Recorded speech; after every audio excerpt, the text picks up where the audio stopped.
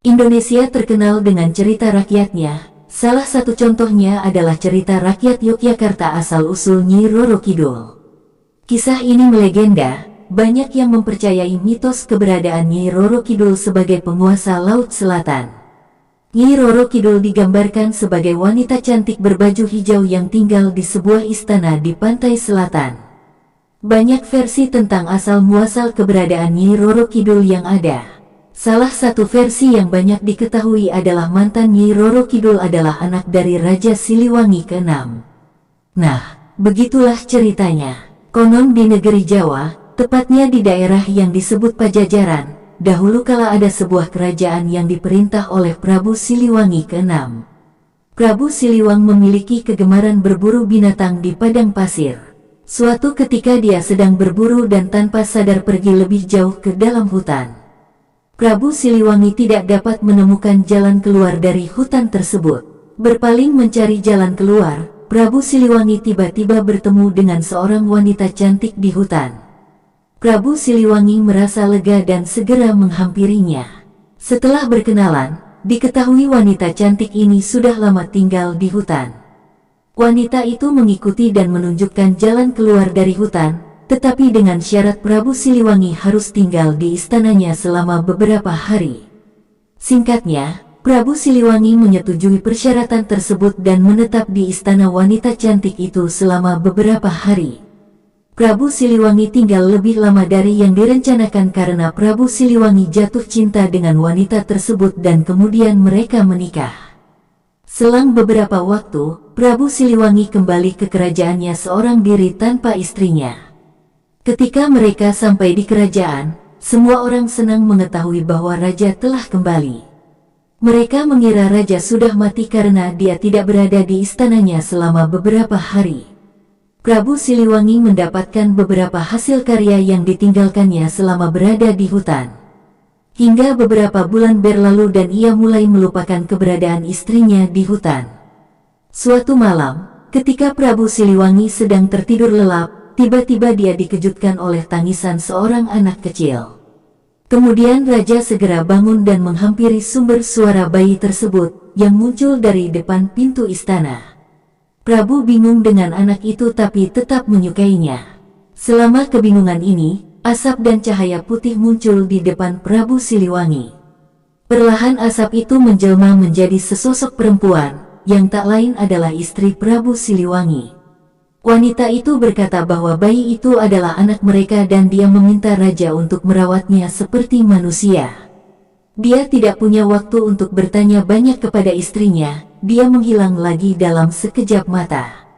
Prabu Siliwangi kemudian memboyong putrinya dan menamai anak itu Putri Kadita. Putri Kadita tumbuh sebagai gadis yang cantik dan santun.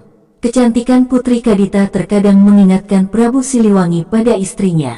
Raja berusaha mencari istrinya di hutan, tetapi sia-sia. Prabu Siliwangi mulai mengkhawatirkan kerajaannya. Dia tidak memiliki istri atau anak laki-laki sebagai penerus masa depan. Prabu Siliwangi kemudian meminta izin Putri Kadita untuk menikah lagi. Putri Kadita menyetujui hal ini. Dan akhirnya raja menikahkan putri bangsawan Siliwangi yang bernama Dewi Mutiara. Setelah beberapa bulan menikah, Dewi Mutiara akhirnya memiliki momongan. Selama kehamilannya, Dewi Mutiara menjadi ratu pemarah dan egois. Prabu Siliwangi selalu memenuhi permintaan ratu. Namun suatu hari sang ratu meminta Putri Kadita untuk pergi dari istana. Mendengar hal itu, Prabu Siliwangi protes keras. Dewi Mutiara merasa cintanya terbagi saat Putri Kadita masih ada. Jadi dia berencana untuk menyingkirkan Putri Kadita. Dewi Mutiara pergi ke hutan dan bertemu dukun untuk menyingkirkan Putri Kadita. Suatu malam, saat sang putri sedang tidur, asap tebal dan bau busuk tiba-tiba muncul di sekitar Putri Kadita, namun sang putri tidak merasakannya. Keesokan harinya, Putri Kadita terbangun dengan kaget karena menemukan tubuhnya dipenuhi bintik-bintik busuk. Melihat hal itu, raja berusaha menyembuhkan putrinya dengan memanggil semua tabib terbaik di negeri itu. Namun sayangnya tidak ada tabib yang bisa merawat sang putri. Prabu sedih karenanya. Di tengah keputusasaan raja, Dewi Mutiara datang dengan rencana jahat untuk menyingkirkan sang putri agar penyakit itu tidak menyebar. Putus asa, Raja setuju dan meminta putrinya untuk meninggalkan istana. Dengan berat hati, Putri Kadita meninggalkan istana dan pergi bermeditasi di hutan. Di tengah meditasinya, sang putri mendengar suara yang menyuruhnya pergi ke pantai selatan. Suara itu mungkin milik ibu atau istri Prabu Siliwangi. Putri Kadita yang yakin dengan suaranya, kemudian berlari berhari-hari menuju pantai selatan.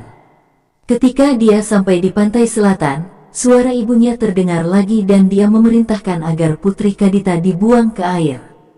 Putri Kadita kemudian mulai menceburkan diri ke laut, dan ajaibnya, penyakit kulit yang dideritanya langsung sembuh.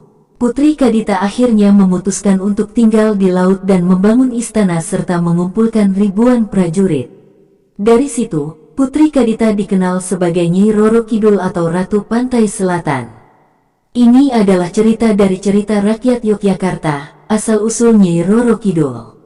Ada pesan moral yang bisa dipetik dari cerita ini dan pelajaran untuk lebih mengutamakan kebaikan daripada keburukan. Seperti Putri Kadita yang mengorbankan dirinya untuk meninggalkan istana demi rakyatnya meski disakiti oleh ibu tirinya.